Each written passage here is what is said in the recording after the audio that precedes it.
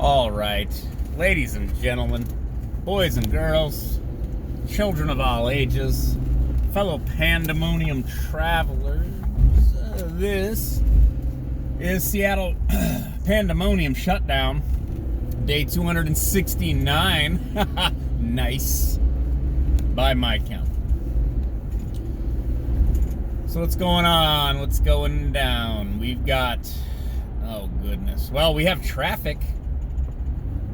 Day 269. I guess we're getting back to normal. I'm not going 60 miles an hour down 99 like everyone else, including the police. Yes, SPD, I see you. I see you. I don't know. I again, blah, blah, blah, election shenanigans, noise, something, maybe something possibly will happen that matters about anything, and I don't know. I don't really see it. Not seeing it. Sorry. Tired of it, don't want to talk about it. Maybe I'd rather talk about Mandalorian or something. I don't know. So, I realized this. I wanted to share a ponderance with you all. So you've got von Clausewitz. Is it Karl von Clausewitz? I don't want to Germanize him too much and say his name was Karl, but I believe it was Karl von Clausewitz. And von Clausewitz was a military strategist from the Franco-Prussian War era, like late 1800s. And he's noted for his quote, or his observation, that war is a continuation of politics by other means, which is we don't like your politics, so we're just gonna kind of like force you to do what we want you to do. I mean, that's basically what that means, right? There are wars of annihilation and such where it's not really about, like, you know, your internal politics. It's like, oh no, we're just going to kill all of you. But like, you look at, say, Japan in World War II, like, we didn't just annihilate all of them.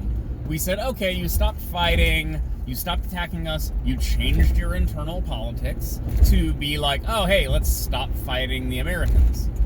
And then, you know, and then there was peace. So you can fight for, call it the right reasons, wrong reasons, whatever, but the point is to get people to change their minds. So I have tried to author an abstraction or a alternate version of the von Clausewitz observation, which is something like politics is a continuation of philosophy by other means. And you could even extend this to, like, media and news are an extension of politics by other means. So, or an extension of philosophy by other means, rather. So, politics is concentrating power in the hands of a few in a democratic or representative republic system like we have. You go, okay, I believe XYZ. I believe fetuses are babies. I believe you should be able to have guns, and I believe you should be able to say whatever you want. Those are philosophical precepts that then get reflected in law, right? So if everyone just agreed with all that, you wouldn't really need the state to intervene in your affairs. It would just be so, like, everyone would just kind of like go along with it. Now, that's not really, the point isn't like those specific things being right or wrong. That's not the point. The point is, if you believe that people should be free to be Christian, Muslim, Scientologist, Mormon, People's Temple, Google it, kids, you then believe that there should be this freedom. That freedom will not be recognized by others who don't accept that freedom, and they will concentrate power in the form of like kinetic power. Like they will get groups of people and like shut down your church, your synagogue, your mosque, whatever it is. And so our government exists as a hedge against that kind of behavior by recognizing, quote unquote, the rights of the individuals, right? So at that point, politics becomes a continuation of philosophy by other means, right? At that point, in terms of von Clausewitz, what we're talking about is not this is not a reasoned exchange. Like warfare, for example, it's not a reasonable exchange. People don't just go, well, I have more guys on the field, so you should just leave. No, I'm not letting you do that, Semi. Sorry. I know the signage is absolute garbage in Seattle, but I'm not going to allow that. No, signage in Seattle really is trash. Especially the parking signage is absolute garbage. But no, we're not like this is one of the most fascinating sort of dichotomies that I've seen. So you got presumably President-elect Joe Biden, okay, right? Since I'm not a lib, I can accept the outcome of an election, especially once it's actually over, because it's not actually over.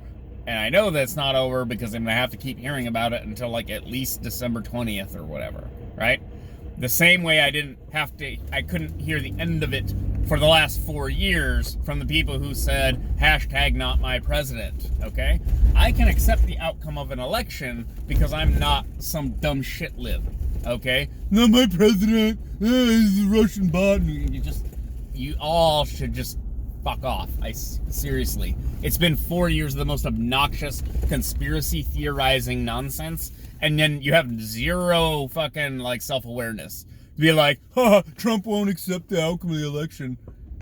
Yeah, he's fighting for it. You know, like Gore did back in 2000? You know, like all of you morons did for the last 4 fucking years? It's just so tiresome. My God. And this is the point. I'm gonna tie it back to von Clausewitz so that I seem like I'm smarter than I might actually be. If this is cultural war, if this is culture war, political war, then it's a philosophical war.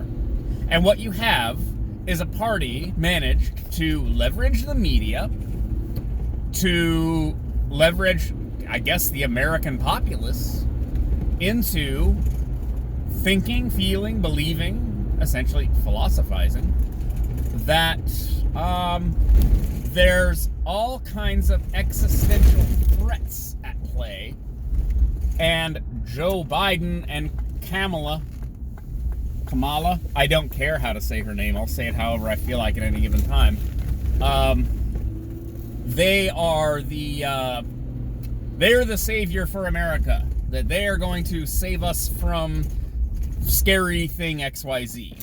And then you have, again, you got your MAGAs and your Trump Republicans saying that Trump is going to save us from XYZ, right? Philosophical conflict. What are the threats? What do we need to do? What is actionable? Praxis. Praxiosis. I don't know. What is the thing that is pressing, right? Like, if I'm on fire, me not being on fire is the most important thing, right? So I will do what is necessary, and I hope you would all help me do what's necessary to not be on fire. This is a 4-door Porsche sedan. What in the hell?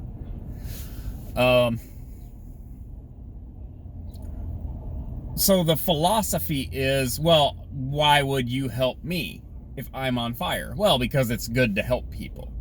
It's something like that, right? It's like you like, there's just a fundamental philosophy of like civilization. The issue is, what do we need to be doing right now? And this is the thing that the media is good at, is pumping up people and getting them to do something now. Social media is even worse because you'll see people doing stuff on social media in real time, and then that justifies you doing it yourself, right? So again, the philosophy is, here's what we need to do. We need to do X, Y, Z. Oh, okay, for what reasons? Well, reasons ABC. And this is like the cultural divide that we live in, is there are reasons ABC, DEF, that are essentially non-overlapping, and or they're not addressing the same problems. And so then both quote-unquote sides basically are like, you're not actually taking this seriously, you're not trying to address the problem. Like, wealth inequality is a problem, right? But that doesn't mean, and again, here's the philosophy, that doesn't mean that the government, by the way, the super expensive Porsche sports car is next to me in traffic going about the same speed. There you go. Punch it, brother. Do it up. The philosophy is, what is the government supposed to do or allowed to do, or can we change government to make it do what we want it to do according to our philosophy? And if our philosophy is equity or universal equality, then we can legislate government intervention in anything, everywhere, ever, forever. Now, if you want that, what you're asking for is a totalitarian state that is involved in every facet of your life, dictating, mandating equality, whether it's reasonable or not, because that's not what the state does. The state is not reasonable. The state, our federal government, we nuked people. We nuked human beings. We dropped atomic bombs on them. And now you want this same entity, this same body, might be made up of different people, but again, the philosophies are the same. The philosophy is the same. We're going to be interventionist in not only our citizens' lives, but in the lives of citizens in other countries. To such an extent that we will nuke you, we'll bomb you, we'll shoot Tomahawk missiles at you, we will blow the place up and collapse it, and fund rebels who come in and genocide people and kill the leadership because it's the right thing to do. According to what? According to our, quote-unquote, our philosophy. The philosophy is, this is okay for reason X, Y, Z. Okay. If that's what we're doing, then we can argue points X, Y, Z. If you can't argue point X, Y, Z, then you're wrong, and we shouldn't do that. That's how logic and reason work. But that's not really what's going on, I don't think. I don't think there are moral reasons for these, overseas, misadventures that we've engaged in over the last 20 years in this country. It's not about moral or ethical reasoning, being very, very important, and